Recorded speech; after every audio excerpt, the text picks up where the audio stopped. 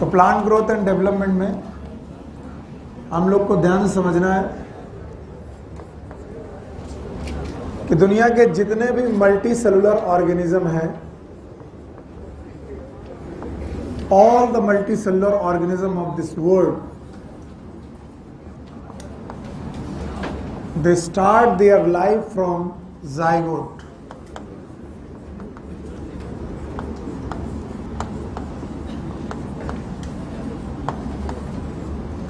And the zygote is single cell.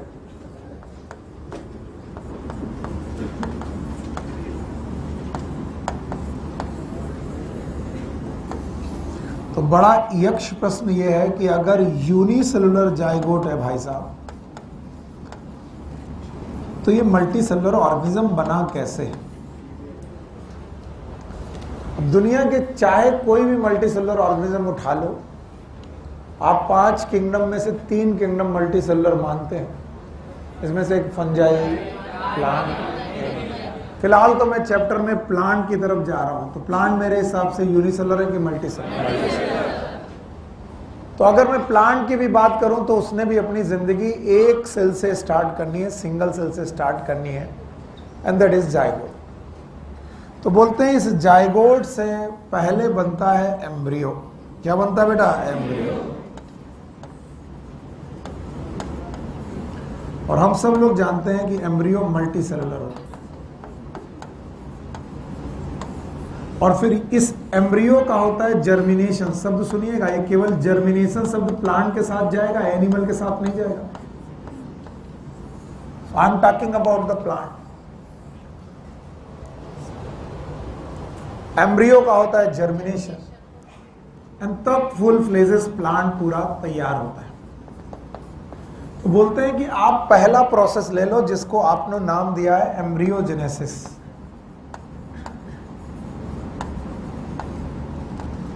तो आपको इस एम्ब्रियोजेनेसिस में 2 बातें साफ साफ दिखाई पड़ेंगी कि यूनिसेलुलर जाइगोट से मल्टी सेलुलर एम्ब्रियो बना है, तो नंबर ऑफ सेल इंक्रीज हुई।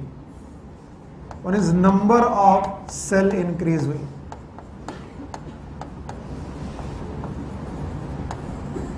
एक कोशिका से बहुत सारी कोशिकाएं बन गई तो नंबर इनफेक्ट बढ़ा है। और दूसरी बात है कि साइज भी इंक्रीज हुई है। साइज का मतलब मास भी इंक्रीज हुआ है। जो भी बॉडी बन रही, मान लीजिए इस बॉडी का नाम क्या है? एम्ब्रियो। तो एम्ब्रियो बन रहा है तो उसका साइज भी बढ़ा है।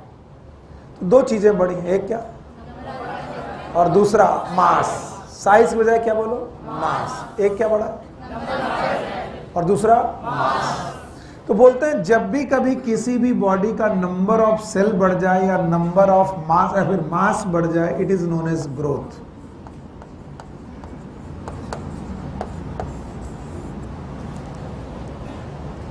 तो आपको बताना पड़ेगा कि सर एम्ब्रियोजेनेसिस के दौरान ग्रोथ तो हुई है, तो what is growth? What is the definition of growth? Increase in the number of cell is growth. Increase in the number of cell is a growth, पहली ग्रोथ। दूसरा, increase mass of body. Increase in mass of body, it is also growth. पर book कहती है कि आप growth के साथ एक चीज भूल रहे हैं कि जब भी एक सेल से बहुत बड़ा एम्ब्रियो या मल्टी सेलुलर एम्ब्रियो बना तो उसमें सेल डिफरेंशिएशन भी हुआ। क्या हुआ? Yes, it is cell differentiation. अब ये सेल डिफरेंशिएशन क्या बला है, ध्यान से सोचने की कोशिश करिए। Maybe there this cell is meristematic. जवाब दो, क्या है बेटा? मेरिस्टेमेटिक का मतलब इसमें सेल डिवीजन की कैपेसिटी है। और बना क्या? एम्ब्रियो। एम्ब्रियो से क्या बना? प्लांट। और इससे सेल बन गई परमानेंट। बोलो कैसी? तो बताओ परमानेंट जो टिश्यू बने उनमें सेल डिवीजन है कि नहीं? तो बताओ हमारी मेरिस्टेमेटिक टिश्यू परमानेंट टिश्यू बने तो बताओ सेल वही रही कि डिफरेंट हो गए? और डिफरेंट हो जाना, डिफरेंशिएशन। और बोलते हैं जब कभी भी डिफरेंशिएशन और ग्रोथ एक साथ हो रहे हो, क्या क्या? ग्रोथ एंड डिफरेंशिएशन, तो हम इसे डेवलपमेंट बोलते हैं। बोलो क्या बोलते हैं? डेवलपमेंट। तो छोटा सा टर्म मिला डेवलपमेंट। चलिए जवाब दीजिए। Development is sum total of how many process? Development is the sum total of two process. Sum total of two process, दो प्रोसेस का सम टोटल है। और बोलते हैं इनमें से एक है ग्रोथ और दूसरा है डिफरेंशिएशन। आपने सेल डिवीजन बोल करके गड़बड़ कर दिया, इसीलिए मैं पहला टॉपिक पढ़ाता हूं और जब भी मैं पहली डेफिनेशन क्रिएट कर रहा होता हूं, कंफ्यूज तुम सबसे ज्यादा तभी होते हो। उसके बाद जब चैप्टर आगे बढ़ने लगता है कंफ्यूजन कम होने लगता है। तो मुझे बताइए, आपके पास दो शब्द मिले, पहला शब्द दूसरा शब्द, दोनों का मतलब एक ही है कि अलग अलग है? बिना बुक में देखे, बिना बोर्ड में देखे, पहले ग्रोथ बताओ। What is growth? If there is a increase in number of cell in a body, एक बॉडी में नंबर ऑफ सेल का बढ़ जाना, क्या ये ग्रोथ है? ये ग्रोथ है।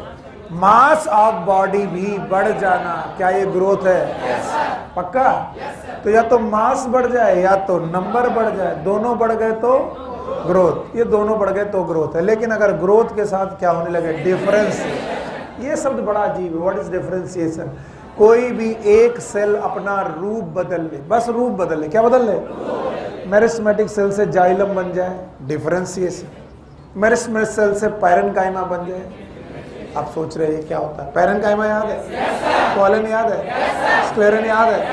बताओ, parenchyma, collenchyma, sclerenchyma permanent tissue है? सिंपल। जाइलम याद है? फ्लोएम याद है? जाइलम में वेसल याद है? वेसल। ट्रैकीड याद है?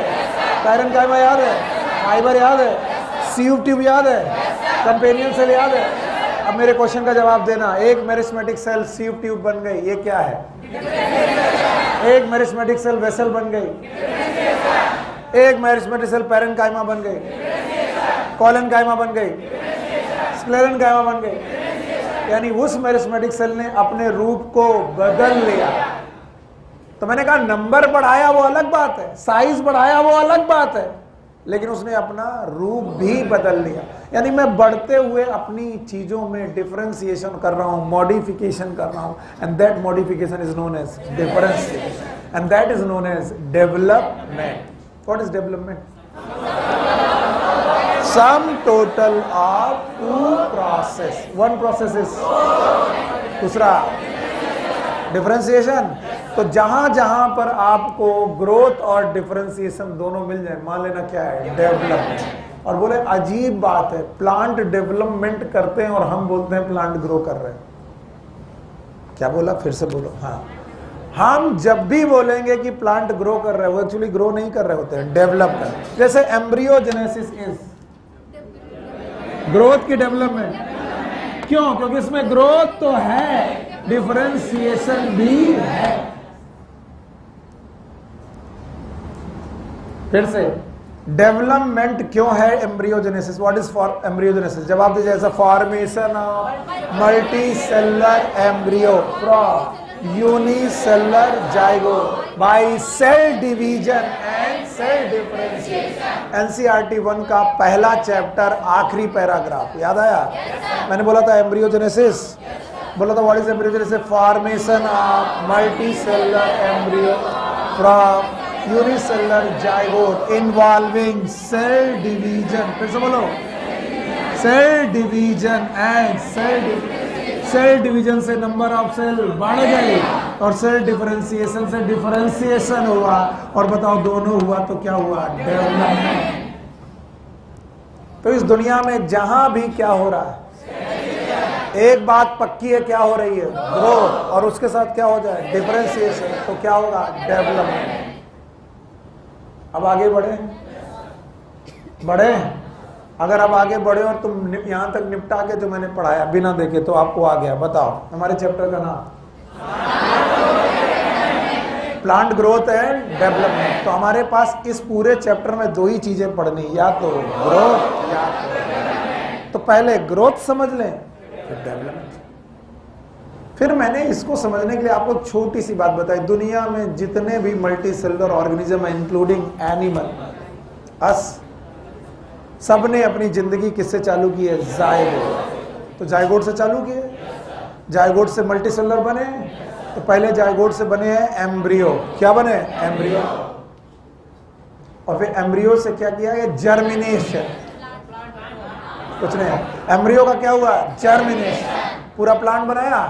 मैंने भी जर्मिनेशन वाला पोर्शन उठाया, मैंने एम्ब्रियोजेनेसिस उठाया। क्या उठाया? एम्ब्रियोजेनेसिस। What is embryogenesis?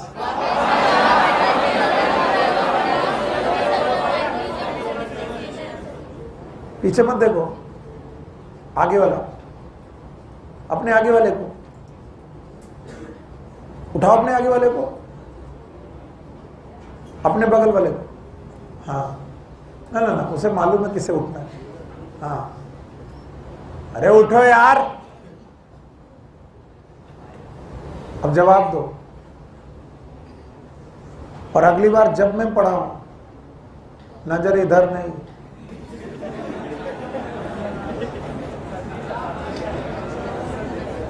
अब मैं तुमको एक चीज सिखा रहा हूं और इसका जवाब, ये मैं पढ़ा चुका हूं। जायगोट इज यूनिसेलुलर कि मल्टीसेलुलर? यूनिसेलुलर। और ये क्या बना? एम्ब्रियो। एम्ब्रियो यूनिसेलुलर कि मल्टीसेलुलर? मल्टीसेलुलर। पक्का? दो प्रोसेस। नंबर 1 सेल डिवीजन, ये मैं पढ़ा चुका हूं, याद है? और दूसरा सेल डिफरेंशिएशन पढ़ा चुका हूं, और इस प्रोसेस का नाम भी बताया है। बताओ क्या बताया? It is known as embryogenesis. ये मैं पढ़ा रहा हूं, आप तब इधर उधर देख रहे हैं। ये मैं पूछूंगा, इसके आगे की बात आपका रियल क्वेश्चन होगा। पहले ये बताओ सब लोग, what is embryogenesis? Formation multicellular embryo from unicellular zygote, cell division, cell differentiation. Cell division से कोई फायदा हुआ? नंबर ऑफ सेल घटा कि बढ़ गया? बढ़ गया। साइज घटा कि बढ़ गया? बढ़ गया। मास, ये तो ये बढ़ गया तो ग्रोथ हुई है, साथ में क्या हुआ है? डिफरेंशिएशन। पक्का? अब अगर ये एंजियोस्पर्म है, योर क्वेश्चन, अगर ये एंजियोस्पर्म है, if it is a angiosperm plant, so where this embryo present? ये एम्ब्रियो कहां पर प्रेजेंट होगा?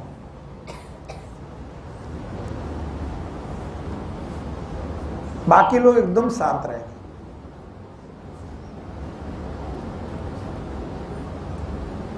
नाम बताओ अपना बेटा।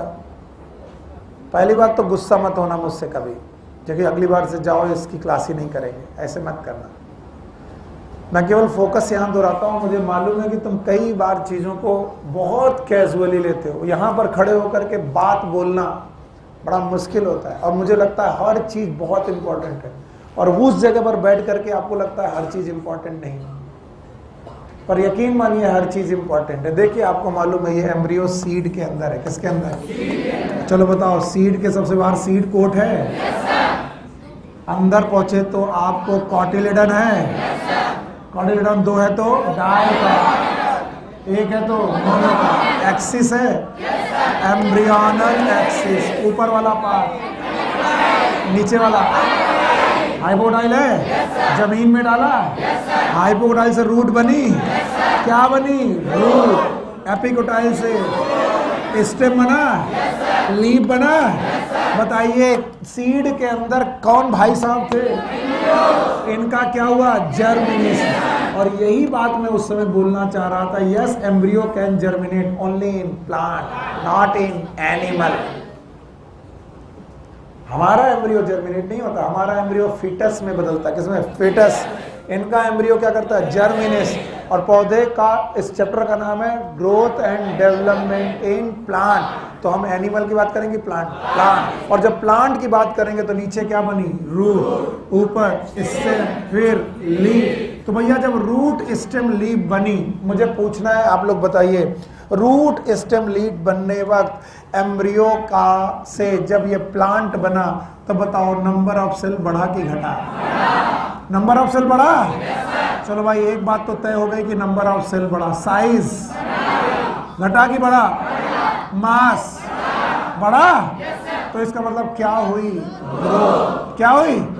और क्या यहाँ पर डिफरेंशिएटेड सेल थी कि नहीं? अभी डिफरेंशिएशन में क्या बनी? Root, stem, leaf. Every organ is same और डिफरेंट? इसका मतलब डिफरेंशिएशन भी हुआ। तो बताओ इनमें ग्रोथ के साथ क्या हुआ, डिफरेंशिएशन। तो बताओ ग्रोथ और डिफरेंशिएशन दोनों हुए, क्या हुआ, डेवलपमेंट। तो बताओ एम्ब्रियोजेनेसिस क्या है, डेवलपमेंट। सीड जर्मिनेशन क्या है, डेवलपमेंट। और कसम खा लो कि जहां भी दो चीजें होंगी, एक कौन, ग्रोथ, दूसरा कौन, वहां पर क्या होगा, डेवलपमेंट। अब मैं सोचूं कि तुम्हें दोनों शब्द समझ में आ गए। चलो भाई, what is growth? Increase in number of cell, mass of cell, size of cell, size of body, mass of body. 5 बोल दिया बातें। बताओ इसे ग्रोथ बोलेंगे? और अगर सेल अपना मॉडिफिकेशन कर दे, क्या कर दे, और वो मेरिस्मेटिक से परमानेंट हो जाए तो differentiation. Parenchyma differentiation, collenchyma, sclerenchyma, xylem, phloem. तो बताइए अगर दो चीजें हो जाएं साथ साथ तो क्या कहलाएगा, डेवलपमेंट। तो बताओ डेवलपमेंट के दो एग्जांपल बताओगे? वन इज एम्ब्रियोजेनेसिस, दूसरा सीड जर्मिनेशन। दोनों हैं। आइए अब वो ग्रोथ को डिटेल में पढ़ाते हैं। अगला टॉपिक पेज टर्न करके देखिए आपकी बुक में क्या लिखा है, ग्रोथ। और बड़े अच्छे तरीके से जवाब देते हैं। It is irreversible. मैं 3 शब्द लिखूंगा, आप इन्हीं 3 शब्द को लिखिएगा। मैंने एक हेडिंग नहीं बनानी, अलग अलग लिखना है। Growth is irreversible. दूसरा परमानेंट। 2 पॉइंट लिखे मैंने, बोलो क्या? तो ग्रोथ इज इरिवर्सिबल, परमानेंट। तीसरा पॉइंट इंक्रीज। चलो तीनों शब्द बोलो। It is irreversible, permanent, increase in size of body, of organ, of tissue, of cell. किसी का भी साइज बढ़ा दो, ये ग्रोथ है। बॉडी का साइज बढ़ा दो, ऑर्गन का साइज बढ़ा दो, टिश्यू का साइज बढ़ा दो, सेल का साइज बढ़ा दो, इट इज ग्रोथ। पर ये साइज कैसे बढ़ना चाहिए, इरिवर्स और परमानेंट। और इसका एक मजाक वो लोग करते हैं कि सर एक बॉडी है, इसका नाम है स्पंज। क्या नाम है? नाम सुना होगा, पोरीफेरा के मेंबर। पोरीफेरा के मेंबर हैं। अगर नेचुरल स्पंज में जाओ तो आपने बाथ स्पंज का नाम सुना होगा। आप एक पॉलीमर का भी स्पंज ले सकते हो, कोई बड़ी बात नहीं। पर मैं एनिमल में स्पंज की तरफ जा रहा हूँ, आप कोई भी स्पंज ले सकते हो। तो बोलते हैं इस स्पंज में तुमने वाटर डाला, जैसे ही वाटर डाला ये स्पंज फूल के साइज बड़ा कर लिया। बताइए ग्रोथ है? नहीं है। क्यों नहीं है? क्योंकि ये इंक्रीज इन साइज परमानेंट और इरिवर्सिबल, बल्कि कैसा है, रिवर्स। कुछ देर बाद आप इस फोम को स्क्वीज करिए, पानी बचेगा कि बाहर। It is reversible and temporary. Reversible and if anything is reversible and temporary, it can not be the growth. तो ग्रोथ का definition is irreversible, permanent, increase in size of body, of organ, size of tissue, size of cell, or it is increase in number of cell.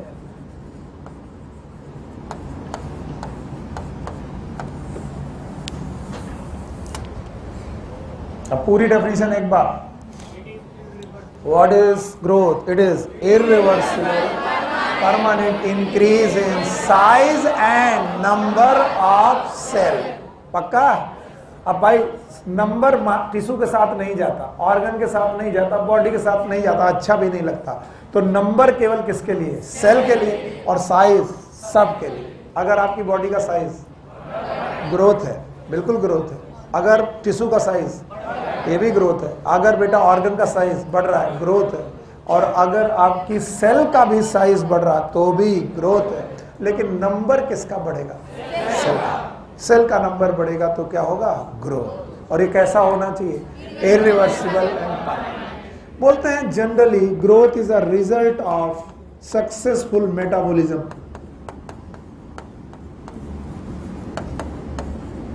Successful metabolism,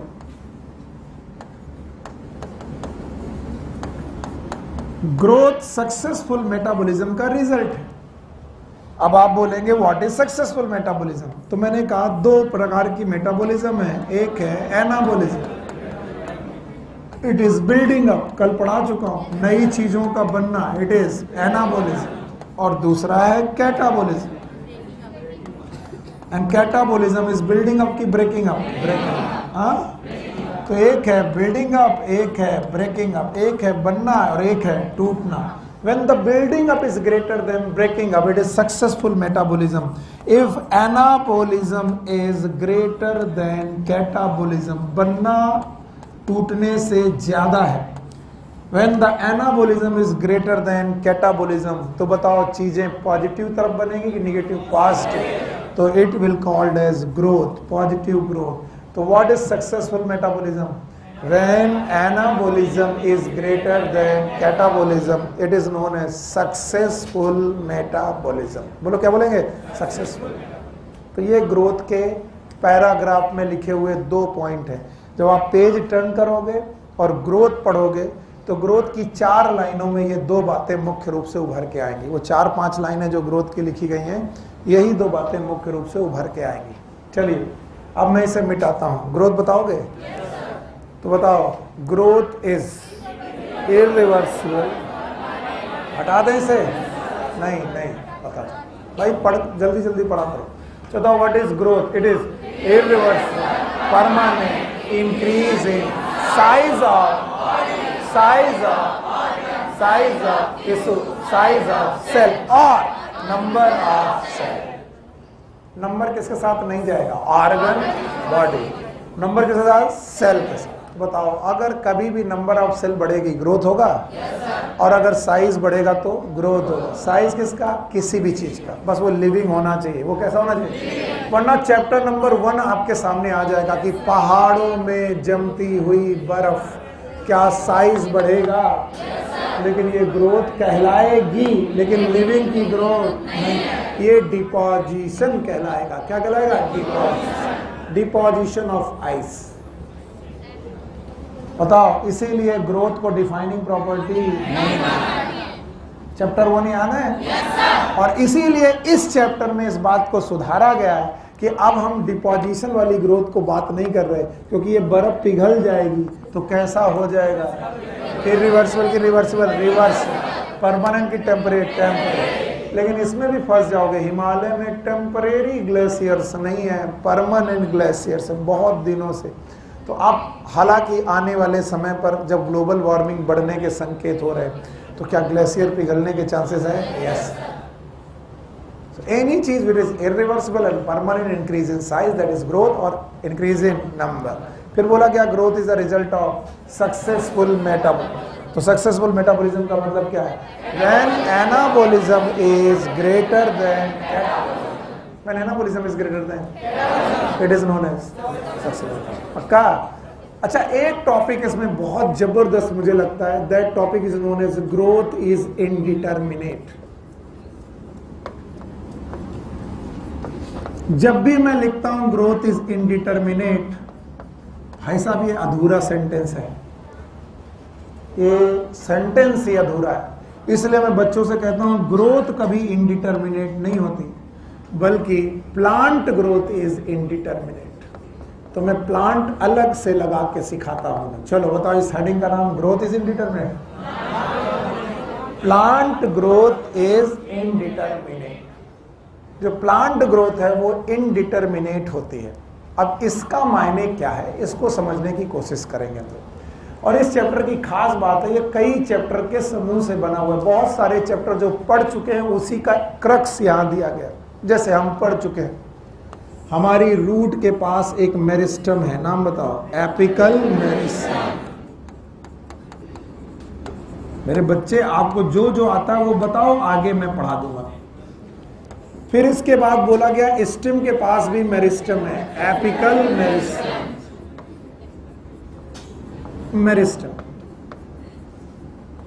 फिर बोला गया कि बेटा nodes पे meristem है, बोलो कौन? Inter calorie meristem. It is inter calorie meristem. पहले तो ये तीनों मेरिस्टम माने जाते हैं प्राइमरी, फिर से बोलो, प्राइमरी मेरिस्टम माने जाते हैं कि सर ये प्राइमरी मेरिस्टम। और अगर ये प्राइमरी मेरिस्टम जब तक रहेंगे तब तक ग्रोथ बढ़ती रहेगी। लंबाई में कि चौड़ाई में? लंबाई। क्या रूट लंबाई में बढ़ती रहेगी? क्या स्टेम लंबाई में बढ़ता रहेगा? क्या स्टेम लंबाई में बढ़ता रहेगा? अब अगर मैं पूछूंगा ये स्टेम लंबाई में कब तक बढ़ता रहेगा, तुम्हारा जवाब है जब तक मेरिस्टम है तब तक बढ़ता है। हमने कहा तो हमेशा रहेंगे, तो हमेशा बढ़ेगा। तो बोलते हैं हम ग्रोथ को डिटरमाइन कर ही नहीं सकते कि कब तक होगी। It is indeterminate with respect to time.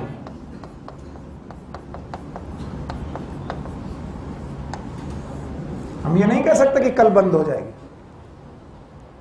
क्योंकि कल भी मेरिस्टम होंगे तो कल फिर होगी, परसों मेरिस्टम होंगे फिर होगी, आगे भी मेरिस्टम होंगे फिर होगी। ग्रोथ जब तक मेरिस्टम है तब तक चलती रहेगी, और जब तक ग्रोथ मेरिस्टम की वजह से चलती रहेगी तब तक हम कहेंगे इसे डिटरमाइन कर पाना। तो इनडिटर्मिनेट का मतलब क्या है? It is indeterminate with respect to time. So we are not sure, we are कि कब तक ग्रोथ चलेगी। अच्छा, ये तब तक समझ में नहीं आता जब तक इसे हम रिलेट नहीं करते एनिमल से। Whenever we relate the animal growth, सब लोग ध्यान से सुनिएगा, तो हमें बताया जाता है कि एनिमल के पास बोन्स होती है और इन बोन्स के एंड होते हैं जिन्हें हम लोग बोलते हैं एपीफाइसिस।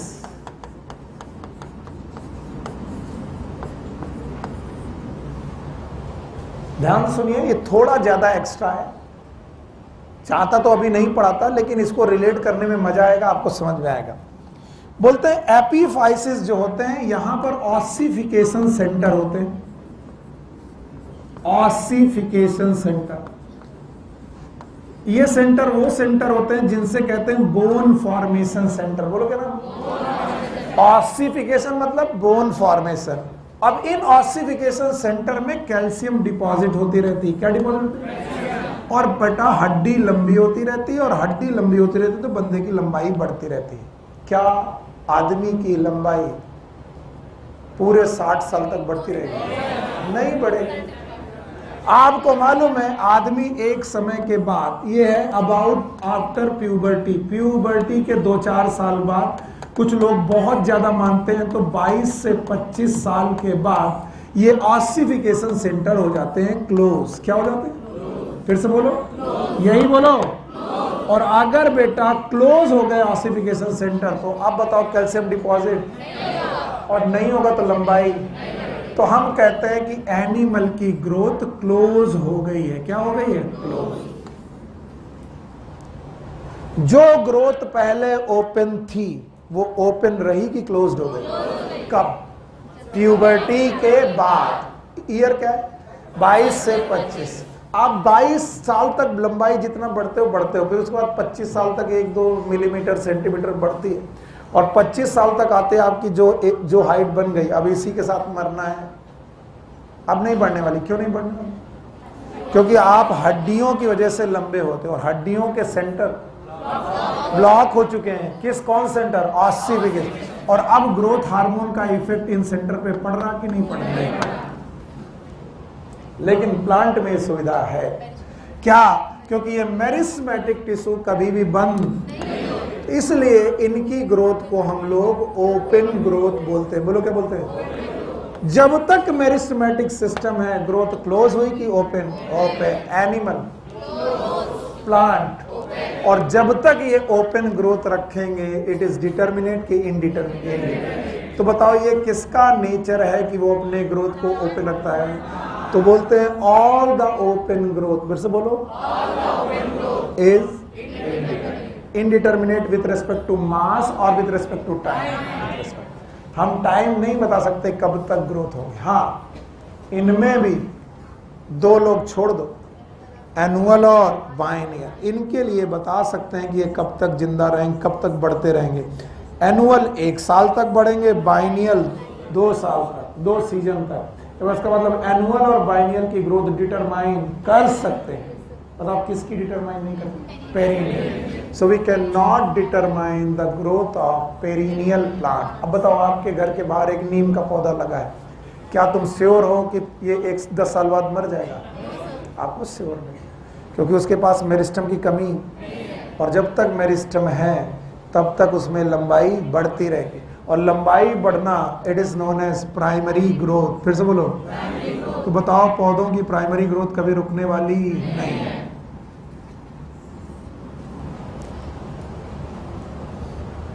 याद रहे, अगर पौधे का नाम जिम्नोस्पर्म है, क्या है? या फिर डायकॉट एंजियोस्पर्म,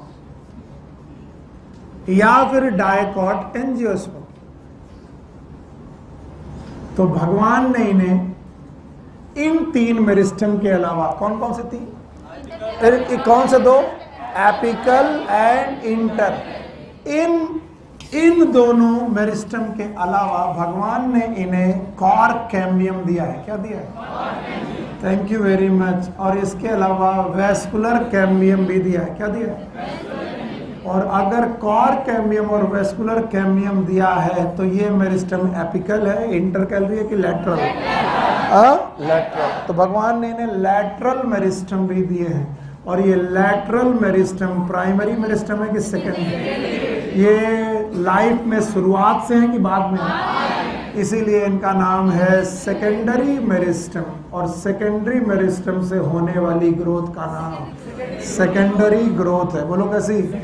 और सेकेंडरी ग्रोथ लंबाई में कि चौड़ाई में? हाँ, तो growth in girth it is growth in girth, it is लंबाई में ग्रोथ की चौड़ाई and that is primary growth की सेकेंडरी।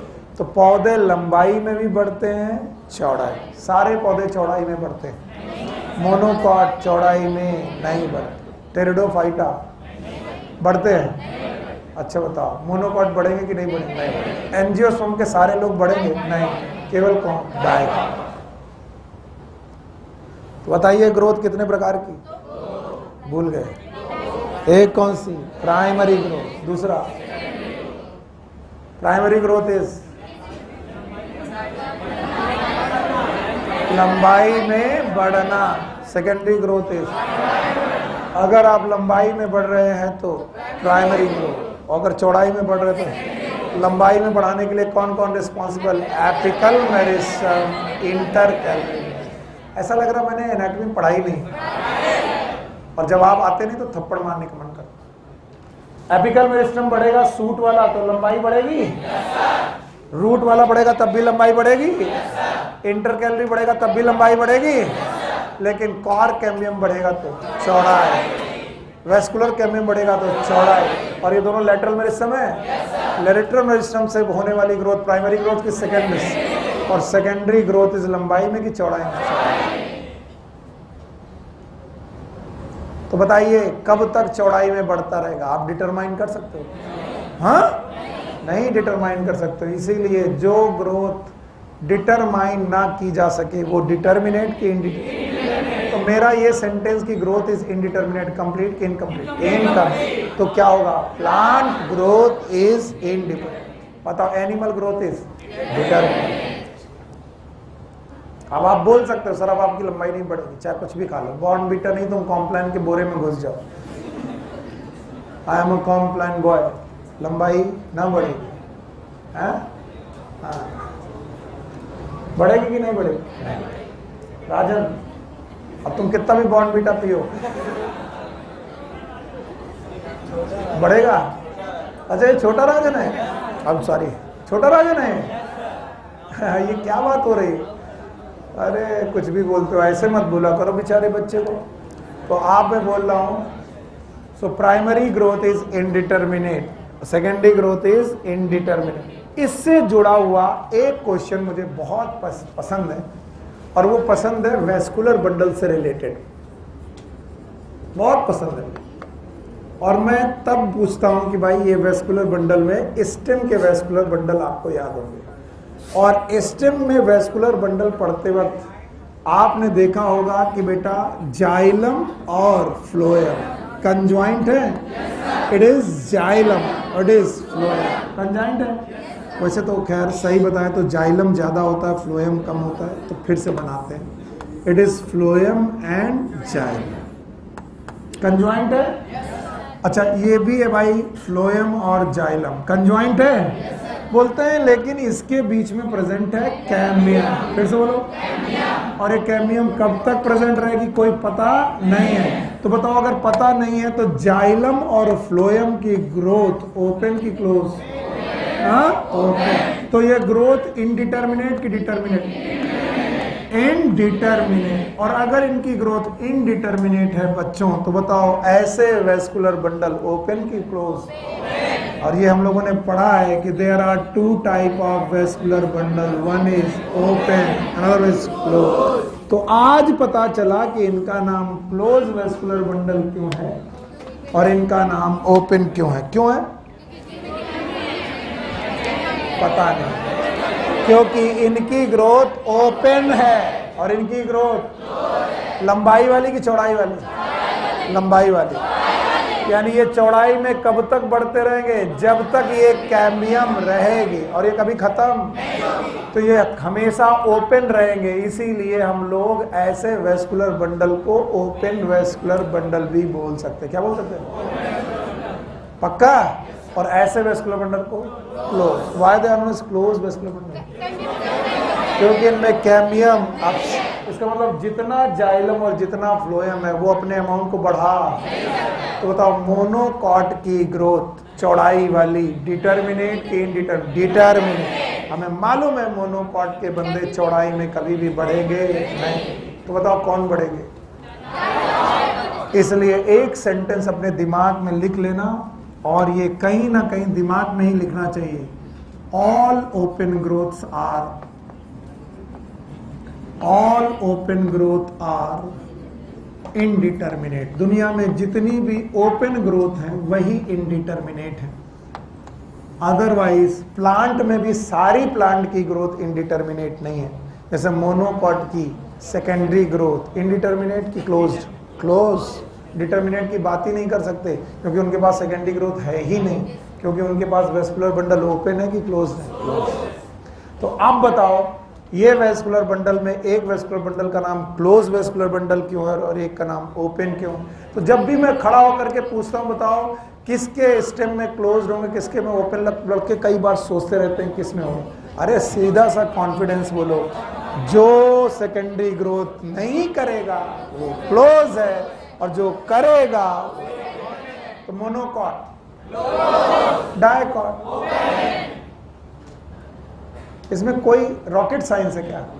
हाँ, तो इसमें लोग बोलते हैं कि जिसमें कैम्बियम हो, जिसमें कैम्बियम ना हो। बोलते हैं जिसमें कैम्बियम ना हो वो दोस्ती बहुत ही क्लोज दोस्ती होती है। जिसमें हमारे गुरुदेव है, जिसके दो दोस्तों के बीच में दीवार आ गई तो वो ओपन दोस्ती हो गई। सो ये कंफ्यूजन वाले काम है, इनको मत पढ़ना। गुरुदेव की बात याद आ रही, ऐसे मत पढ़ना। कैसे पढ़ना? जिनके बीच में ग्रोथ की संभावनाएं हैं वो ओपन की क्लोज, ओपन। और जिनके पास ग्रोथ की संभावनाएं नहीं वो क्लोज। इसलिए मोनोकॉट और डायकॉट हटा दें। तो बताओ अगर मैं लिखूं ग्रोथ इज इनडिटर्मिनेट, तो indeterminate for what? Plant with respect to time, with respect to time. Okay, now अगला ही पॉइंट वो लिखते हैं ग्रोथ इज मेजरेबल। ग्रोथ को मेजर किया जा सकता है। ये जब दो पॉइंट एक साथ पहली बार मैंने पढ़े थे तो मैं काफी दिन तक एनसीईआरटी से गुस्सा रहा। हालांकि आपको पल्ले भी नहीं पड़ रहा क्यों गुस्सा रहे हो। एक बार ये सब कहते हैं कि ग्रोथ को डिटरमाइन नहीं कर सकते हो, और दूसरी बार ही कहते हैं ग्रोथ को मेजर कर सकते हो। तो वो दिमाग लगता है कंटाप मारे कि जो चीज इनडिटरमाइन नहीं की है, जो चीज डिटरमाइन नहीं की जा सकती वो मेजर कैसे की जा सकती है, उसे तौला कैसे जा सकता है। तब पता चला वो डिटरमाइन नहीं की जा सकती विथ रेस्पेक्ट टू टाइम, पर वो मेजर की जा सकती विथ रेस्पेक्ट टू अमाउंट। दोनों शब्द समझे? सो नहीं, नहीं समझे? हाँ, सरीला मतलब नहीं। मैंने बोला कि हेडिंग का नाम है ग्रोथ इज मेजरेबल, इसका मतलब है ग्रोथ को मेजर करना पॉसिबल है। इसके पहला वाला हेडिंग क्या था? ग्रोथ इज इनडिटरमाइंड, तो उसकी हिंदी नहीं कर सकते, और इसकी हिंदी है ग्रोथ को मेजर कर सकते। तो बोलते हैं ग्रोथ को डिटरमाइन नहीं कर सकते लेकिन मेजर कर सकते। बोले सर पगला के और दवा खा के नहीं आया हो, कैसे उड़ी उड़ी बातें कह रहे हो? जो चीज डिटरमाइन नहीं की जा सकती वो मेजर कैसे की जा सकती? तो हमने कहा बेटा दोनों शब्दों में अंतर। पहला अंतर, जो डिटरमाइन नहीं की जा सकती वो किस बात के लिए डिटरमाइन नहीं की जा सकती? कब तक होगी, कब तक, ये डिटरमाइन। पर ये तो की जा सकती कि 1 महीने में कितनी हुई, 1 महीने में कितनी हुई, 1 दिन में, हाँ, 1 साल में कितनी हुई। तो बताओ क्या किया? टाइम के साथ अमाउंट मेजर किया। क्या किया? अमाउंट। तो अमाउंट के रूप में मेजर कर सकते हैं, टाइम के रेस्पेक्ट में मेजर नहीं। टाइम के रेस्पेक्ट में ना बता पाना इनडिटरमिनेट, और अमाउंट के रेस्पेक्ट में बता पाना मेजरेबल। सो बोलते हैं growth is measurable. Yes, growth can be measured. Growth को नापा जा सकता है। बोले कैसे नापा जा सकता? बोले एक ही तरीका है। आपने ग्रोथ के 2 कैरेक्टर बताए, हमने कहा बताए, बताओ क्या बताए? आपने बोला एक सेल है, अगर वो अपना नंबर बढ़ा दे, क्या बढ़ा दे? यानी 1 सेल से 2 बढ़ जाए, तो हमने कहा हाँ, तो क्या होगा? हमने कहा ग्रोथ होगी। बोले सर आप कॉन्फिडेंट हो कि ये ग्रोथ है? हमने कहा हाँ, क्योंकि it is increase in number of cell. Number of cell बढ़ जाना ग्रोथ होती है। हमने कहा दूसरा तरीका क्या है? तो बोले कि सर ग्रोथ अपना साइज बढ़ा दे बिना नंबर बढ़ाए। तो हमने कहा ये भी यार ग्रोथ है, it is increase in size या फिर मास। तो बोलते हैं 1 सेल से 2 सेल बन जाना ये भी ग्रोथ है, और 1 सेल से बड़ी सेल बन जाना ये भी ग्रोथ है। तो जब 1 सेल से 2 सेल बनी तो ये दोनों सेल बराबर साइज की थी मदर सेल के साथ। तो मदर सेल अगर 1 लीटर वॉल्यूम रखती है तो ये भी 1 लीटर और ये भी 1 लीटर, तो टोटल 2 लीटर। तो हमने देखा 1 लीटर मदर सेल से 1 लीटर की 2 सेल मिली, तो टोटल अगर प्रोटोप्लाज्म बताएं तो घटा कि बढ़ गया? तो बोलते हैं प्रोटोप्लाज्म बढ़ गया है अगर हम देखें नंबर ऑफ सेल बढ़ने पर। हाँ सही है। और बोले अगर सेल ने साइज बढ़ाया तो प्रोटोप्लाज्म वैसे ही बढ़ गया। तो चाहे नंबर बढ़े चाहे साइज बढ़े, प्रोटोप्लाज्म बढ़ जाता है। क्या बढ़ जाता है? प्रोटो। बस बोलते हैं इस प्रोटोप्लाज्म को मेजर कर लो, इसी को तौल लो। अगर प्रोटोप्लाज्म को मेजर कर लिया तो ग्रोथ को मेजर कर लेंगे। ऐसी का गर्मी लग रही बेटिया, ध्यान से सुनो। ग्रोथ को मेजर करने के लिए हमें क्या मेजर करना है? प्रोटोप्लाज्म। और समस्या यह है कि प्रोटोप्लाज्म हम निकाल के बाहर नहीं कर सकते कि बोतलों में भर के बाद में बताएंगे कितना भाई प्रोटोप्लाज्म, फिर सेल के अंदर घुसा देंगे भैया ठीक है। क्योंकि अगर हम ये करने गए तो सेल बचेगी कि मर जाएगी? तो बोलते हैं ग्रोथ को मेजर करने के लिए डायरेक्ट तरीका प्रोटोप्लाज्म को मेजर करना है, लेकिन direct way it is not feasible.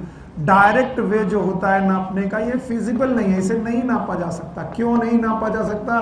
क्योंकि डायरेक्ट नापने के लिए हमें प्रोटोप्लाज्म नापना पड़ेगा। तो फिर बोले क्या करें? बोले हम लोग ग्रोथ को इनडायरेक्ट तरीके से नाप सकते हैं। कैसे? So growth can be measure indirectly.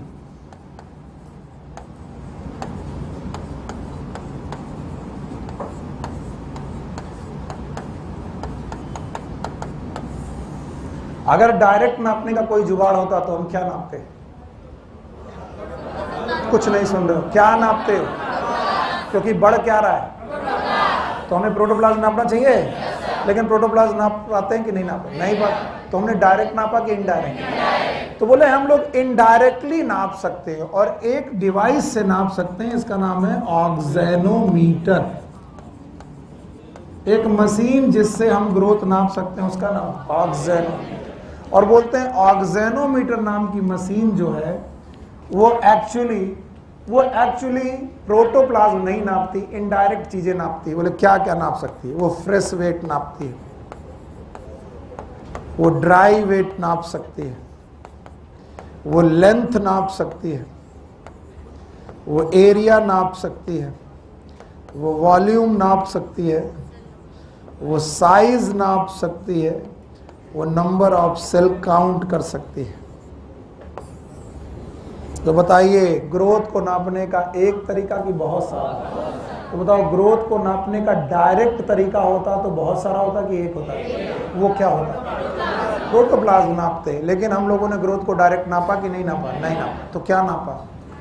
कभी कभी फ्रेश वेट, कभी कभी ड्राई वेट, कभी लेंथ, कभी एरिया, कभी वॉल्यूम, कभी साइज, कभी नंबर ऑफ।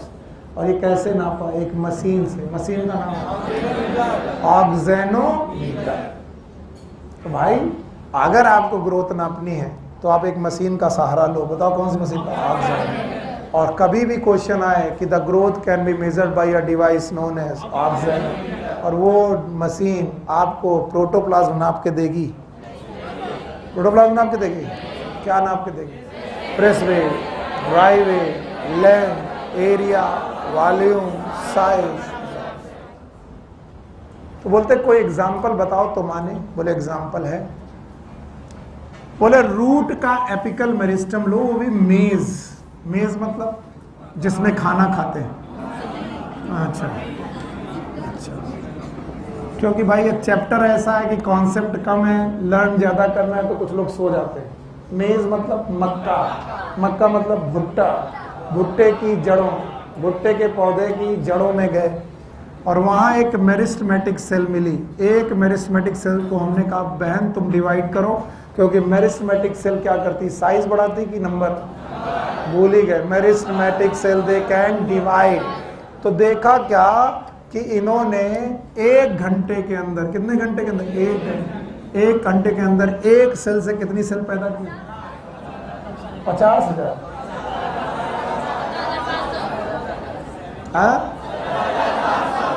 जानवी क्या कर रही हो? 17,500 कोशिकाएं। बिटिया ये गाना आना नहीं है कि काना बरसाने में आ जाइयो, बुलाए रहे राधा प्यारी। राजन इसी में नाच रहे थे। कहा कृष्ण भगवान की भक्ति हमारे साथ, भगवान हमारा भला करे, हमको डांटे नहीं। जानवी कह रही आगे ना बोलना प्लीज सर आगे मत बोलना। नहीं बोलेंगे। तुम उल्टी सीधी जबान बात मत करो तो हम नहीं बोलेंगे। नहीं जानते हम सभी कुछ है, एज्यूम कर रहे हैं। बेटा ये तुम्हारा टीचर नहीं, बहुत राज दबाए बैठा है।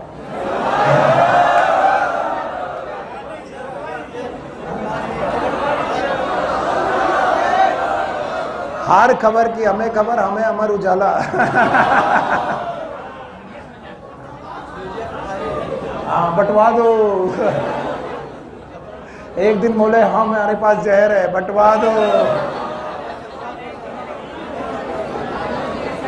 हर 5-10 मिनट के बाद तुम्हें एक दौरा पड़ता है, बंटवा दो। तो भाइयों बहनों, मेरे प्यारे बच्चों, मेरे सोना, मेरे बाबू, 1 घंटे में 17,500 सेल बढ़ रही हैं। तो बताओ ऑक्सेनोमीटर ने क्या नापा? Fresh weight. क्या नापा? Number of cell. तो मक्के में ग्रोथ देखने के लिए, मेरिस्टमेटिक सेल की ग्रोथ देखने के लिए हमने ऑक्सेनोमीटर से कहा क्या काउंट करो? साइज की नंबर। और उसने बताया बहुत तेज भाग रही भाई ये सेल। मैंने कहा क्यों? बोले 1 घंटे के अंदर कितनी सेल? 17,500। इतना डिवाइड कर रहे? मैंने कहा बहुत तेज डिवाइड करे। बोले हाँ ऐसे डिवाइड करें। अच्छा भाई, सब लोगों ने तरबूज भी देखा होगा, देखा है? हाँ भाई खड़े हो। यस। मैं क्यों सर, मैंने क्या किया? हाँ तुम्हारे भी बेटा हमारे पास राज है। तो तुमने देखा है कि तरबूज का साइज कितना छोटा, तो कह रहा सर बड़ा सा होता है। चलो माना तरबूज इतना बड़ा है, अंगूर नहीं तरबूज है। और तरबूज एक फ्रूट है। क्या है? फ्रूट। अब सुनो, शांत रहो। अब थोड़ा मन मेरा भी कर रहा तुमसे बात करने का। तरबूज एक फल है कि नहीं है? नहीं, राइजोम है। फ्रूट है पक्का? और ना, what is fruit? What is the technical definition of fruit? एक मिनट शांत रहो। फ्रूट लेवल होता है ओवरी से। हम कंफ्यूज हैं, हमको नहीं आता। आप बताओ, सही से बताओ। ओवरी कैसी ओवरी? अरे चुप पे रहो बिटिया, हमें मालूम है तुम होशियार हो। It is ripened ovary. एकदम गजब बात बोल रहा बच्चा। नाम क्या तुम्हारा? भूल गया मैं। जय। जय हो। तो जय ने कहा कि सर राइपेंड ओवरी। तो हम तो बड़ा कंफ्यूज हैं कि अगर ओवरी गुरु इतनी बड़ी है तो यही तरबूज बनाएगी। तो बताओ क्या भयानक कैलिक्स रहा होगा, क्या भयानक कोरोला रहा होगा। तो जब हम तरबूज के खेत में जाते हो तो ये बड़ा बड़ा फ्लावर नहीं, फिर कैसे?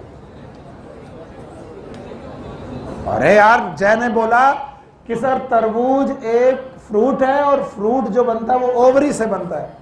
और ओवरी कहां प्रेजेंट होती है? स्टिग्मा स्टाइल ओवरी के साथ, यानी गायनीसियम के एंड्रोसियम, गायनीसियम। हाँ, और गायनीसियम में तो साथ में क्या होगा? एंड्रोसियम। मान लेते नहीं है क्योंकि मोनोकॉट होगा, कुकुरबिट ऐसी सर वो।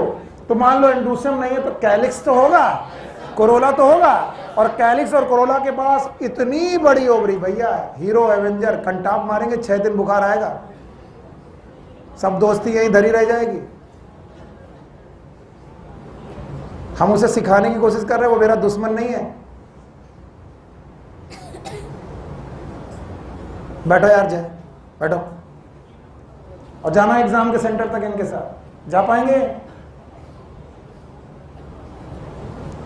इतनी दोस्ती सब वहीं दिखा लो भाई, ये दोस्ती हम ना छोड़ेंगे। छोड़ो।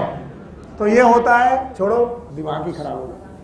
अब जो फ्रूट है हमारा वो एक्चुअली छोटी सी ओवरी से बना, क्योंकि ovary was smaller when it was flower. Calyx भी छोटा था, कोरोला भी छोटा था, फ्लावर भी छोटा था। तो यही ओवरी है जो एक दिन इतना बड़ा फ्रूट बनाएगी। इसका मतलब ओवरी अपना साइज में साइज घटाएगी कि बढ़ाएगी? तो बोलते हैं वाटरमेलन का साइज अपनी लाइफ टाइम में, वाटरमेलन तरबूज का साइज अपनी लाइफ टाइम में कितना बढ़ता है? 3,50,000 गुना टाइम। इसका मतलब हम लोग यहां पर क्या नाप रहे हैं? फ्रेश वेट, ड्राई वेट की साइज। तो अगर हम वाटरमेलन का ग्रोथ नापने जाएं तो नंबर नापते हैं कि साइज। यानी हर एक कोशिका लगभग 3,50,000 गुना इतनी बड़ी होती। वो छोटी सी ओवरी से बड़ा सा फ्रूट बना, इसका मतलब उसकी सेल ने साइज में इंक्रीमेंट मारा है, और साइज इंक्रीमेंट हुआ है लगभग 3,50,000 गुना। बोलते हैं भाई साहब आपने पढ़ा होगा स्टिग्मा स्टाइल एंड ओवरी, सुना है?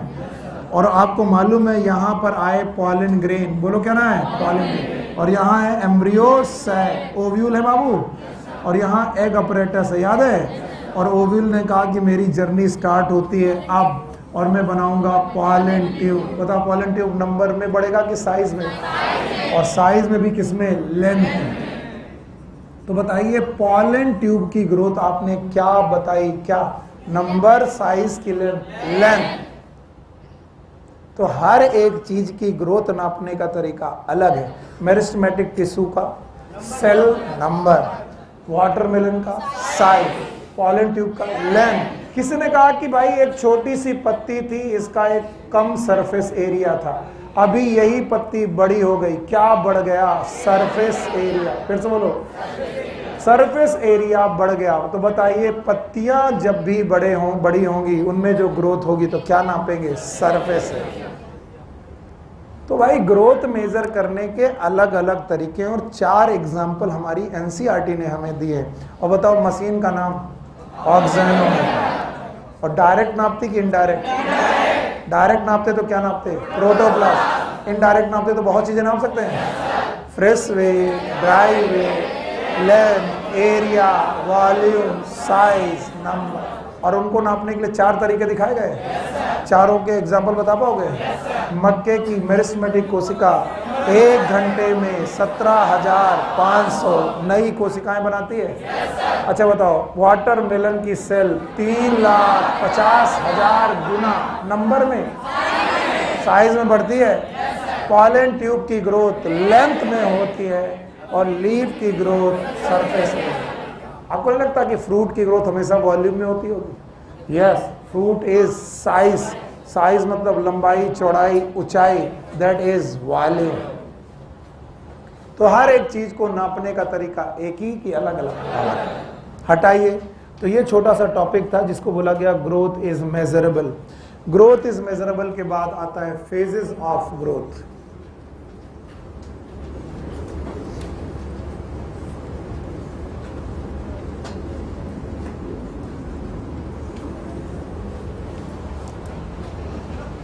हाँ बेटा, वाह, कमाल का क्वेश्चन है। खड़े हो, अरे खड़े हो, अब शर्मा क्यों रहे? कितना बढ़िया क्वेश्चन है। बायोमॉलिक्यूल जब पढ़ा रहे थे कहाँ थे? यहीं थे, पक्का थे। अभी अभी हमने एक पत्ती तोड़ी और प्लांट से जो पत्ती तोड़ी ये सूखी है कि गीली है? जो गीली पत्ती है इसका जब वजन करेंगे, इसी को बोलते हैं वेट वेट। इसी को क्या बोलते हैं? Fresh wait. सुन लो, पूरा कहानी सुन लो। फिर इस पत्ती को सुखा देंगे, एक दिन इसका पानी उड़ जाएगा। उड़ जाएगा तो पानी उड़ जाने के बाद जो वेट बचेगा उसका नाम ड्राई वेट। फिर इस पत्ती को जला देंगे, ऑर्गेनिक चीजें धुआं बनकर उड़ गए, नीचे राख, राख बचेगी। ऐश्वर्या राय नहीं है, ऐसे। अब बस बस बस, नहीं बेटा, खड़े with black T shirt. Yes yes, तुम्हें तो बिल्कुल शोभा नहीं देता है। And never do it again, never ever. बैठो।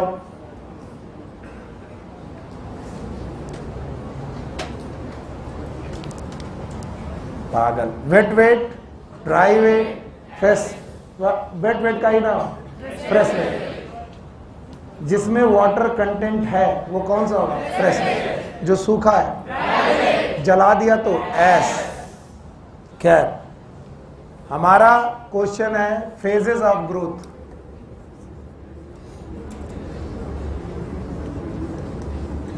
बोलते हैं कोई भी सेल इस दुनिया में जब भी आएगी तो वो कितनी फेजेस से गुजरेगी। अब देखो, ये तो तुम रट्टा मार दोगे क्योंकि तुमको बना बनाया चीज मिल जाता है, लेकिन इस दुनिया में आप जब भी आए तो मैंने कहा आप जाइगोट थे। क्या थे? थैंक यू वेरी मच, बहुत अच्छी तरीके से सुन रहे। जाइगोट से आप एम्ब्रियो बने। क्या बने? एम्ब्रियो। और जब तक आप एम्ब्रियो हैं, क्या है? तब तक आपकी सारी कोशिकाएं मेरिस्टेमेटिक हैं। क्या है? यानी इस दुनिया में जब भी आप आए हैं, आप मेरिस्टेमेटिक सेल लेके आए हैं। तो आपकी जिंदगी की जो पहली अवस्था है, पहली फेज है, वो मेरिस्टेमेटिक है। आप अगर एनिमल होते तो मेरिस्टेम की जगह स्टेम सेल बोला जाता। क्या बोला था? स्टेम। अगर आप लोगों को ह्यूमन रिप्रोडक्शन याद हो तो मैंने प्लेसेंटा में स्टेम सेल पढ़ाई थी, याद है? तो प्लांट में मेरिस्टेम, एनिमल में स्टेम। और ये टोटीपोटेंट सेल होती है, डिवाइडिंग सेल होती है। तो आपको मालूम है कि जब भी आप इस दुनिया में भेजे गए, किसी भी प्रकरण से, ओरिजिन ऑफ लाइफ से, रिप्रोडक्शन से, जब भी इस दुनिया में आप भेजे गए तो आप क्या बने? जाइगोट से। और जब तक आप एम्ब्रियो थे, आप कैसे थे? मेरिस्टेम। ये अच्छी बात है कि एनिमल एम्ब्रियो के रूप में पैदा नहीं होता, फिटस के रूप में पैदा होता। क्या? इसलिए वो अपनी बहुत सारी मेरिस्टेमेटिक कोशिकाओं को परमानेंट करके आता है। लेकिन दुनिया में जब प्लांट भेजे गए तो वो सीड के रूप में भेजे गए। किसके रूप में? सीड। और सीड में एम्ब्रियोनल एक्सिस थी। क्या थी? और इस एम्ब्रियोनल एक्सिस में था एम्ब्रियो। बोलो क्या था? और भाइयों, एम्ब्रियो की हर एक कोशिका कैसी है? मेरिस्टेमेटिक। यहां तक बात संभाल लोगे? तो जब प्लांट इस दुनिया में भेजे गए तो वो एम्ब्रियो की तरह भेजे गए। ये और बात है कि ये एम्ब्रियो सीड के अंदर छुपा हुआ, लेकिन जब हम लोग एनिमल लोग इस दुनिया में भेजे गए तो हम लोग माँ के पेट से पैदा हुए, तब हम एम्ब्रियो थे कि फिटस? यानी हम अपनी एम्ब्रियोनिक कंडीशन माँ के पेट में पूरी करके आए हैं। अब हम फिटस हैं, अब हम लंबाई बढ़ रहे, चौड़ाई बढ़ रहे, लेकिन हमारी टोटीपोटेंसी कम हो गई, स्टेम सेल कम हो गई, या एक का दुक्का जगह पर लीवर जैसी जगह पे पड़ी। लेकिन प्लांट चैप्टर पढ़ रहे हैं, और प्लांट जब इस दुनिया में पैदा हुए तो वो सीड थे। क्या थे? कम से कम जिम्नोस्पर्म और एंजियोस्पर्म, या तो स्पोर थे। क्या थे? स्पोर, वो भी मेरिस्टेमेटिक। तो हम तो भाई जिम्नोस्पर्म और एंजियोस्पर्म पढ़ रहे, तो आप एम्ब्रियो थे।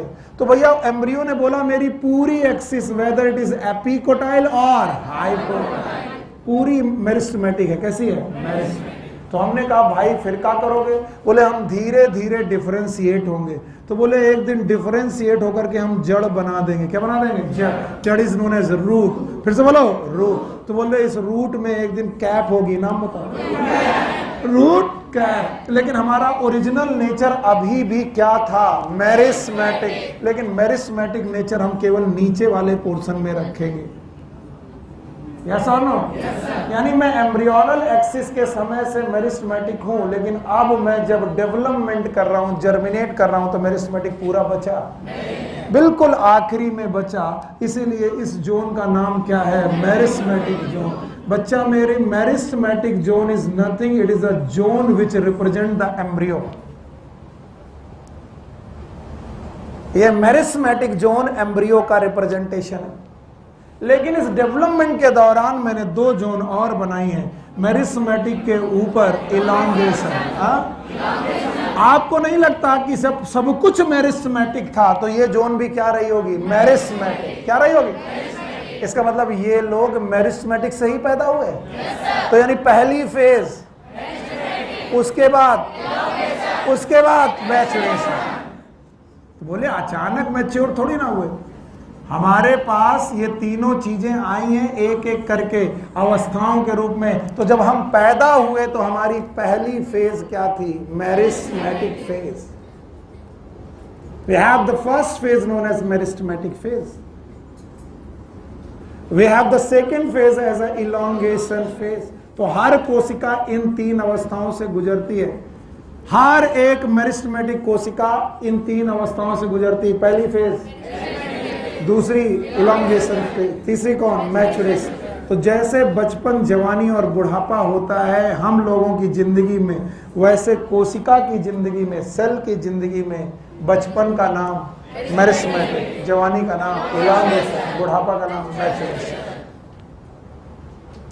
तो हर कोशिका अपनी जिंदगी में, प्लांट की हर एक कोशिका अपनी जिंदगी में कितनी फेज से गुजरती? तीन। Number 1 meristematic, number 2 elongation, number 3 maturation.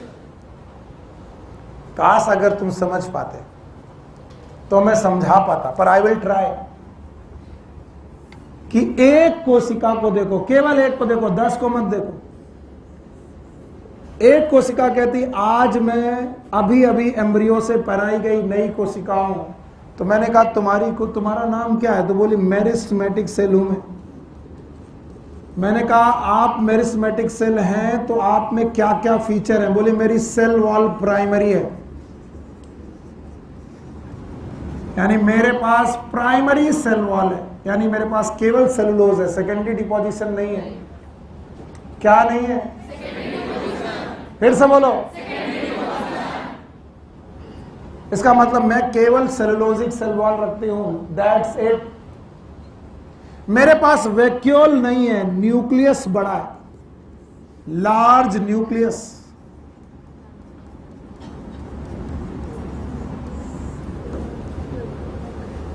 Protoplasm dense है मेरा। तो जितनी भी कोशिकाएं आपको मेरिस्टेमेटिक जोन में मिलेंगी वो इसी तरीके की मिलेंगी। अगर आप मेरिस्टेमेटिक कोशिकाओं को देखने जाएं तो आपको वहां की सारी कोशिकाओं की सेल वॉल सेकेंडरी मिलेगी। हाँ, उनमें secondary deposition, lignin, suberin, pectin, primary deposition है, प्राइमरी सेल वॉल है, cellulosic cell wall. Nucleus large होगा, साइटोप्लाज्म डेंस, इसलिए इनका M/C रेशियो डिस्टर्ब मिलेगा। क्या मिलेगा? Abrar ji, what is M/C ratio? क्या फायदा होगा इसका? अगर किसी भी कोशिका का N/C रेशियो डिस्टर्ब है, इससे क्या पता है? सेल डिवीजन होगा। जितनी भी सेल इस दुनिया में N/C रेशियो डिस्टर्ब रखती हैं, जिनका भी न्यूक्लियस बड़ा साइटोप्लाज्म के रेस्पेक्ट में, वो हमेशा उसे मेंटेन के चक्कर में क्या करती हैं? डिवाइड। इसलिए मुझे रटने की जरूरत नहीं, न्यूक्लियस बड़ा, प्रोटोप्लाज्म डेंस, शाबाश बैठो। तो ये ऐसी कोशिकाएं मिलेंगी आप मेरिस्टेमेटिक जोन की। फिर यही सेम सेल, ऐसा नहीं कि कोई दूसरी सेल आएगी, यही सेम सेल धीरे धीरे बीच में वैक्यूल पैदा करने लगेगी। क्या पैदा करेगी? वैक्यूल। वैक्यूल पैदा करने लगेगी। ये रहा वैक्यूल। और वैक्यूल पैदा होने की वजह से इनका साइटोप्लाज्म पेरीफेरी की तरफ जाने लगेगा। न्यूक्लियस धीरे धीरे पेरी में जाने लगेगा, साइटोप्लाज्म धीरे धीरे पेरीफेरी में जाने लगेगा। और पेरीफेरी में जाने लगा तो बेटा सेल वॉल में प्रेशर पड़ेगा। सेल वॉल के वियर एंड टियर को रोकने के लिए यहां सेकेंडरी डिपोजिशन चालू हो जाएंगे। क्या चालू हो जाएंगे? Secondary. So secondary deposition start.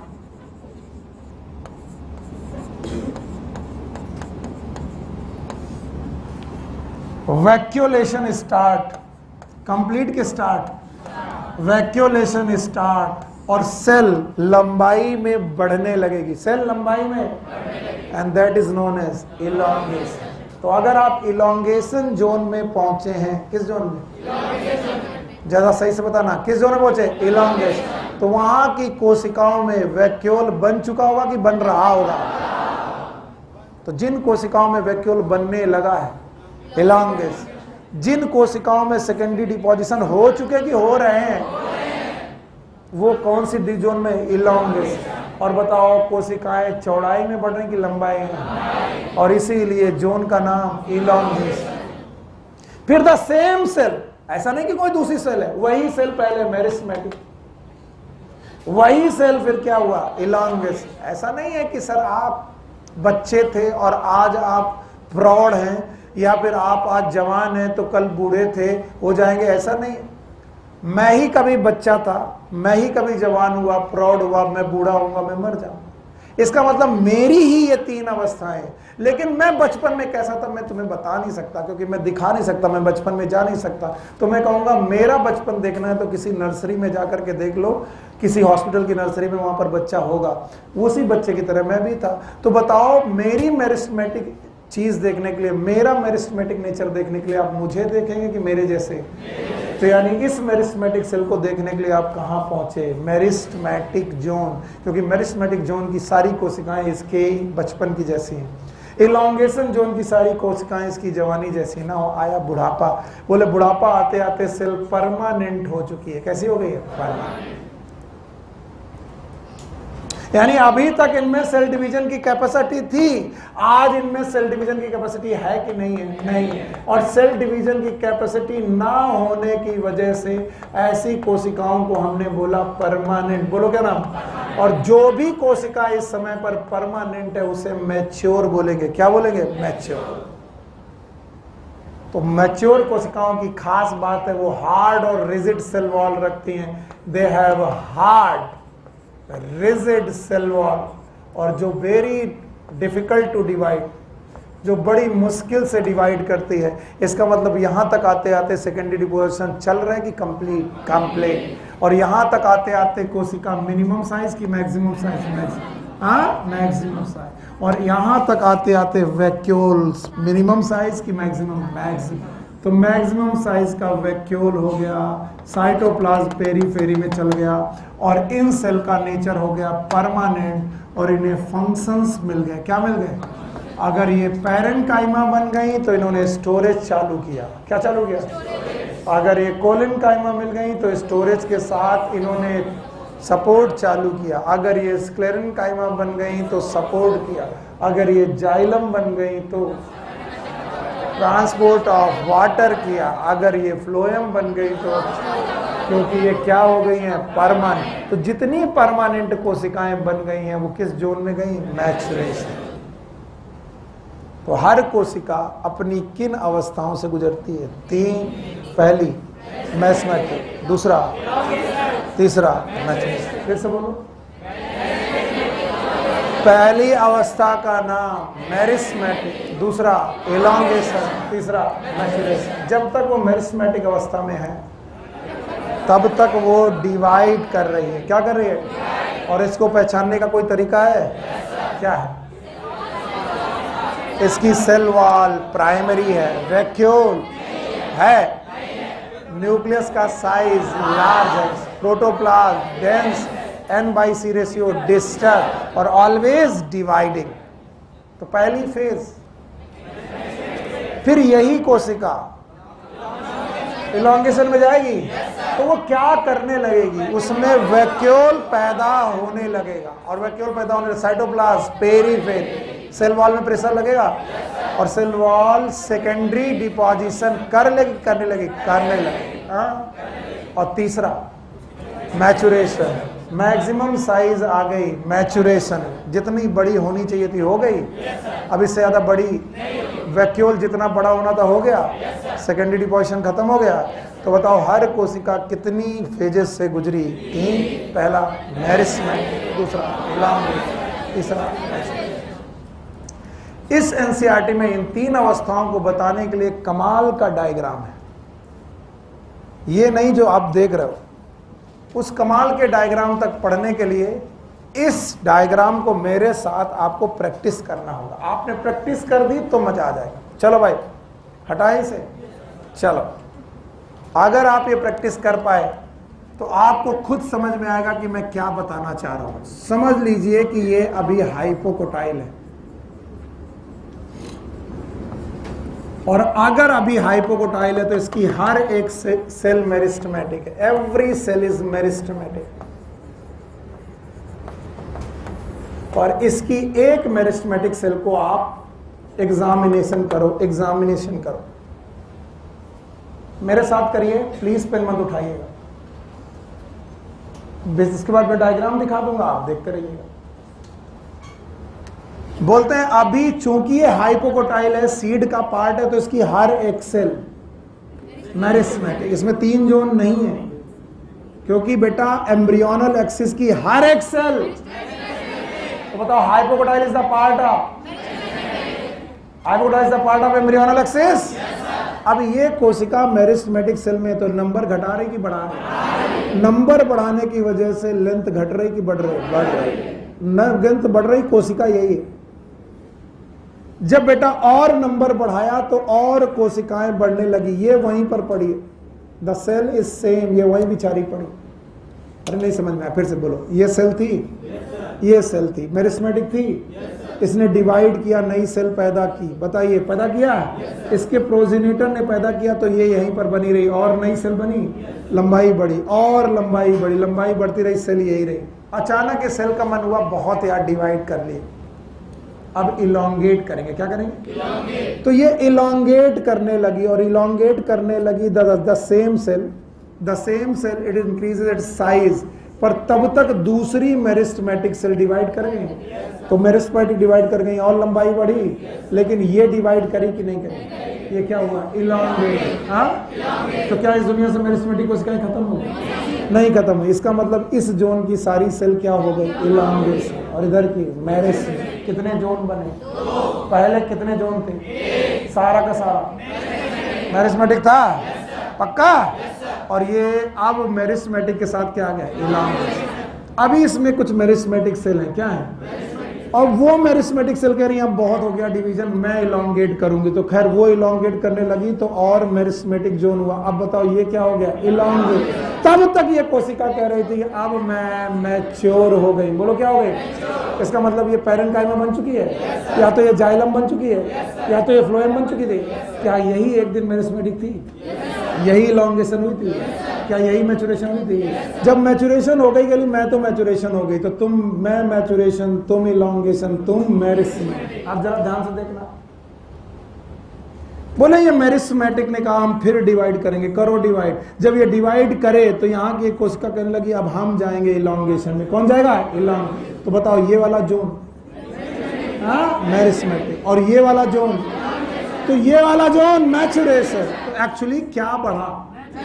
पहले मैचुरेशन था, अभी मैचुरेशन और बढ़ा, नहीं है? तो जितना सेल ज्यादा डिवाइड करेगी, लोग समझते हैं मेरिस्मेटिक बढ़ रहा है, एक्चुअली मेरिस्मेटिक नहीं बढ़ रहा है। क्या बढ़ रहा है? अब बताओ, जो इलॉन्गेशन में था ये मैचुरेशन में जाएगा, और जो बेटा जो इलॉन्गेशन में था मैचुरेशन, जो मेरिस्मेटिक था वो इलॉन्गेशन जाएगा, और क्या नई मेरिस्मेटिक बन जाएगा। तो जितना सेल बढ़ती जाएगी रूट नीचे जाएगी, रूट नीचे जाएगी, लेकिन फेज के रेस्पेक्ट में इलॉन्गेशन और मैचुरेशन ऊपर आएगा। तो मतलब कौन बढ़ेगा? मैचुरेशन। बात लोगों को समझ में नहीं आता कि आप सेल को कितना भी डिवाइड करो, बेटा बुक देना, कितना भी डिवाइड करो, आपको लग रहा कि मेरिस्मेटिक सेल बढ़ रही, नहीं। मेरिस्मेटिक सेल 500 थी इस जगह पर, 500 तक यहीं रही, तो टोटल हुई 1000। अगर शुरुआत में मेरिस्मेटिक सेल 500 थी तो 500 की 500 मेरिस्मेटिक, पक्का? फिर 500 और हो गई, टोटल हो गई 500 500 1000, लेकिन 500 मेरिस्मेटिक तो 500 इलॉन्गेशन, पक्का? फिर 500 ने और 500 बनाई, वो हो गई मेरिस्मेटिक, अब हो गई 1500। बोलो क्या? इसमें से 500 मैच्योर, 500 इलॉन्गेट, 500 मेरिस्मेटिक, फिर इन्होंने डिवाइड किया, 500 मेरिस्मेटिक, ये वाली 500 इलॉन्गेशन, और ऑलरेडी ये 500 ने 500 को जोड़ा, कितना? 1000 क्या हो गया? नहीं आया? तो ये जितनी बार ऐड होती जाएगी, बताओ मैचुरेशन बढ़ेगा। यस। अब आप अपने बुक का पेज नंबर 241 देखिए, और ये डायग्राम कई बार लोग सिखाते हैं कि देखिए अगर आपके सामने ये डायग्राम आ जाए तो आप रूट को बढ़ते हुए देखेंगे, पर भाई साहब रूट को बढ़ते हुए जब देखेंगे तो आपकी रूट जरूर नीचे की तरफ जा रही है, लेकिन बताओ एरो ऑफ द डेवलपमेंट किधर की तरफ दिख रहे हैं? ऊपर की तरफ। तो कई बार बच्चे बोलते हैं सर एरो ऊपर क्यों लगे? पेज नंबर 241 का पहला डायग्राम, ये वाला डायग्राम। तो why these arrows are towards upper side? क्योंकि ये एरो बता रहे हैं कि रूट नीचे जा रही है, लेकिन डेवलपमेंट का डायरेक्शन ऊपर है। मतलब बढ़ क्या रहा है? मैचुरेशन,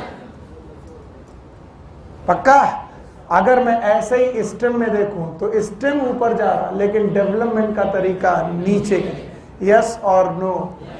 तो ये डायग्राम कई बार चर्चा का विषय रहता है, और कई बार लोग कहते हैं ये एरो गलत है। एरो गलत नहीं है। बताइए, मैचुरेशन जब भी बेटा नई सेल डिवाइड होकर नई सेल बनाएंगी तो मेरिस्मेटिक सेल का नंबर बढ़ेगा, लेकिन वो फिक्स रहेगा। तो नया नंबर किसका बढ़ेगा? मैचुरेट। तो बताओ कौन से टिश्यू बढ़ते जाएंगे, मेरिस्मेटिक की मैच्योर? तो पौधा जितना लंबा होगा मेरिस्मेटिक बढ़ेंगे कि मैच्योर? और मैच्योर आपकी इसके रेस्पेक्ट में नीचे है कि ऊपर? ऊपर। और इसके रेस्पेक्ट में नीचे। तो लोग कहते हैं ग्रोथ नीचे हो रही, मैंने ऐसा नहीं कहा। ना ये ग्रोथ नीचे हो रही, ना ये ग्रोथ ऊपर हो रही। ग्रोथ अभी भी इसकी नीचे हो रही है और इसकी ऊपर, लेकिन इनके डेवलपमेंट का डायरेक्शन अपोजिट है इनके ग्रोथ से। ये क्यों है? क्योंकि अगर पौधा जड़ नीचे जा रही है तो कौन से टिश्यू ज्यादा बढ़ रहे हैं? Mature. You got my point? तो डायग्राम के लिए लड़ाई मत लड़ना, और इस डायग्राम के बाद मुझे कहीं निकलना है, और 3 दिन की मैं छुट्टी दे रहा हूँ। इन 3 दिन की छुट्टियों में खूब डांच गाना करिए। आप करेंगे? हम ऐसा मत करिएगा मुझे कहीं निकलना है तो मैं आज जल्दी जा रहा हूँ। आप लोग ट्यूसडे के बाद वेडनेसडे को मुझसे मिलेंगे, लेकिन तब तक यूनिट 1 निपटा दो, अच्छा रहेगा। इस टाइम को वेस्ट मत करना इसको। हाँ, आज शाम को क्लास नहीं है, बुधवार को सुबह से चालू करेंगे, मॉर्निंग से चालू करेंगे, सुबह से क्लास चालू होगी। Take care, good luck, bye bye.